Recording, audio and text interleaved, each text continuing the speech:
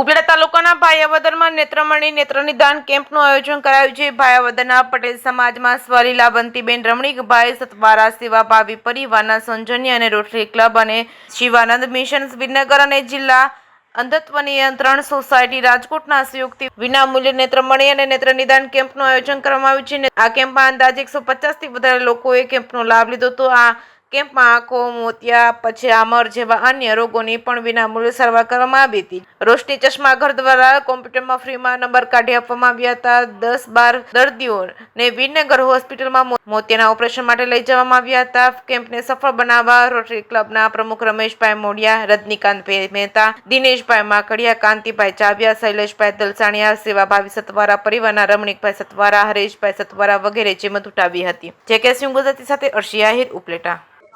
હું ભાયાવદર નગરપાલિકા પ્રમુખ રેખાબેન સિણોજિયા। આજરોજ ભાયાવદરમાં આંખનો 136મો કેમ્પ એટલે કે આપણા સથવારા રમણીકભાઈ ના સૌજન્યથી એમના ધર્મપત્ની એવા લીલાવંતીબેનના સ્વર્ગવાસ નિમિત્તે એમને ભાયાવદરની અંદર આ આંખનો કેમ્પ ગોઠવેલો છે ને આપણા નોટરી ક્લબના બધા મેમ્બરો તેમજ ભાયાવદરના આપણે જે આંખના દર્દીઓ છે એ 100 ઓલરેડી 80 જેટલા તો ઓલરેડી દર્દી લખાઈ ચુક્યા છે ને હજી સતત ચાલુ છે। તો આવા ભગીરથ કાર્યની અંદર સથવારા પરિવારને ખૂબ ખૂબ માતાજી અને સિદ્ધેશ્વર મહાદેવ ખૂબ આવા ભગીરથ કાર્ય કરવાની શક્તિ આપે એવી મારી સિદ્ધેશ્વર દાદાને ખૂબ ખૂબ આસ્થા।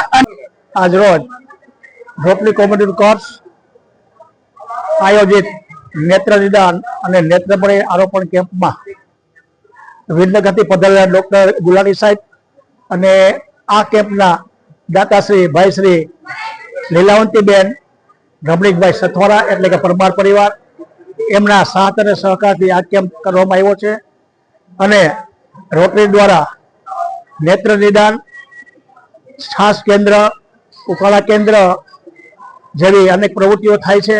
આજના આ કેમ્પમાં 136 કેમ્પમાં લગભગ 180 દર્દી લખાઈ ચૂક્યા છે અને 250 આસપાસ દર્દી થશે અને લગભગ 25 જેટલા ઓપરેશન કરવામાં આવશે। આ તમામ દર્દીઓને વિનગર ફ્રી ઓફ ચાર્જ લઈ જવામાં આવશે અને ફરી પાછા ભાદર મૂકી દેવામાં આવશે અને આ કેમ્પના દાતાશ્રી ભાઈશ્રી રમણીકભાઈ દ્વારા આર્થિક સહકાર મળે છે અને તેમના પરિવાર દ્વારા ભાયાવદરમાં હંમેશ દરેક સંસ્થાઓને આર્થિક સહયોગ અને સહકાર આપે છે અને પ્રભુ તેમને દીર્ઘાયુષ્ય અને વધુ આવી પ્રેરણા આપે એવી મારી ઈશ્વર પાસે કૃપા છે। જય હિન્દ, જય ભારત।